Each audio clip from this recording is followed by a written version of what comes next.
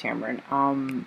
For my final project, I'll be analyzing Instagram data with R, and it's made possible through the use of some packages that you install in R, and through the use of an API, which Instagram Developer Tools gives you access to. Now, an API, which stands for an application programming interface, is a term that went completely over my head at the beginning.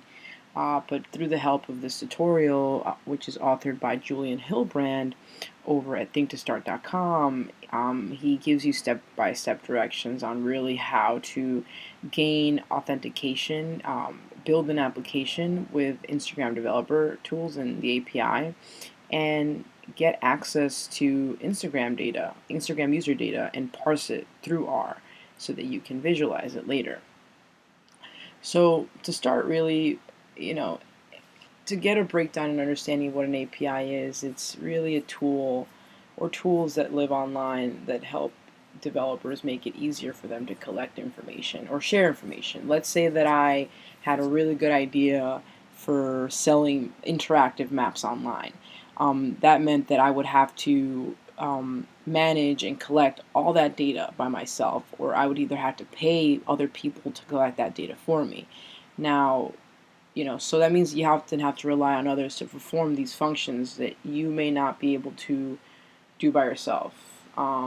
So similarly, virtually all software has to request other software to do some things for it. So to accomplish that, the asking program uses a set of standardized requests, and that's what an API is called. It's really, almost every application depends on APIs, in an underlying way to perform basic functions as accessing files or systems. So in the Instagram case, the API allows a user to collect information, large amounts of information from Instagram, parsing, mining it in a really easy way. And I really wanted to sort of understand that before I delved into this project.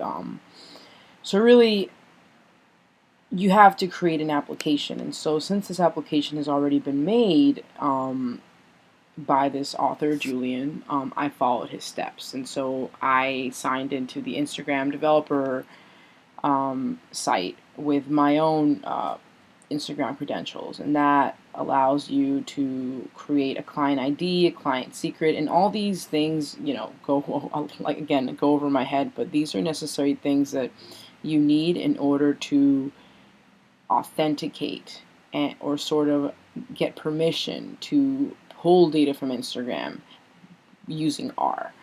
And so the final script, once you have these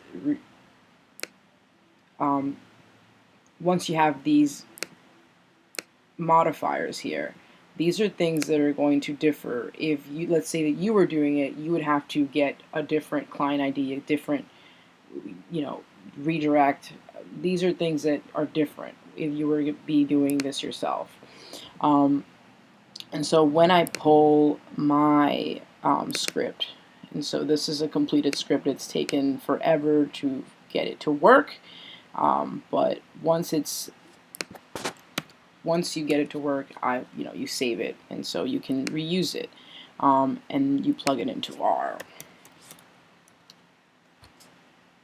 And so what R is doing with the help of packages is that it's accessing this API remotely, and so once it accesses it and gets all the necessary permissions, it accesses a specific Instagram account. And so what's fun about that is that you can essentially plug in any Instagram account into this script, and it would pull information for the last 20 posts of that Instagram. So it's going to collect, it's a basic scope, so it's going to collect the likes and comments for the last 20 images posted by that user.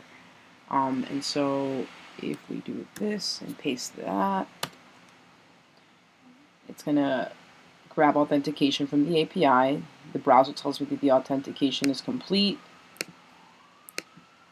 and the chart has also popped up in the browser because that's what the code is doing as well. And we have the values here. So what really is interesting is that regardless of how complicated your R script is, it's really still doing the basic sort of fundamental things that R does. It's assigning values, right? The app name, the client ID, those are all things that I had to pull from the API. And then you're also making objects. And so what those objects do are they're pulling specific data for you. And last but not least, I plug in the username, which is Drake's, the rapper's Instagram. And so I pull his information.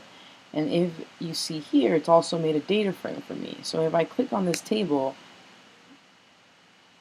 and I drag it down, just maximize it, you get the information for the last 20 days. Now keep in mind that yesterday I did this and it charted everything from 8.5 to 8.10, but he recently posted a picture, so I don't have that in my most recent chart because this is a recent post. But essentially here are the likes and here are the comments. And so if we were to look at the visualization here, this is the chart for this data frame here for the last 20 days. So what's interesting about this chart is that down here are the comments, down here are the likes, right? Between 8.5 and 8.10, you can see that Drake had sort of an influx of likes and comments on 8.10 and 8.6, right? So this is where the line chart sort of like increases and then dips. And what's really interesting about interactive charts, and this is made through an art chart package that you install on R, and I have directions for that in my journal. But really what's really awesome about this is that it's interactive. So you hover over each plot and you get the likes, the number of likes and comments, as well as the date of the post. But yeah, this was a really fun project. It was difficult. I reflect on a lot of the obstacles that I run into. Then you see the fact that this is fun. So you get to see the fact that Drake posted about 13 pictures on the same day, and so this is why you get all this all these plots here existing on the same sort of axes. But anyway, it was really fun. It was a lot of, like I said, a lot of it went over my head. But and what Dr. Lynch, mentioned in my reflection is that a lot of the time these tutorials will give you, directions, but these directions and the instructions can always change depending on when the API updates or when R updates. So this could essentially not work in 2 months from now if things change. So I'm just glad that I was able to make it work and get something out of it in the meantime. Thanks for listening.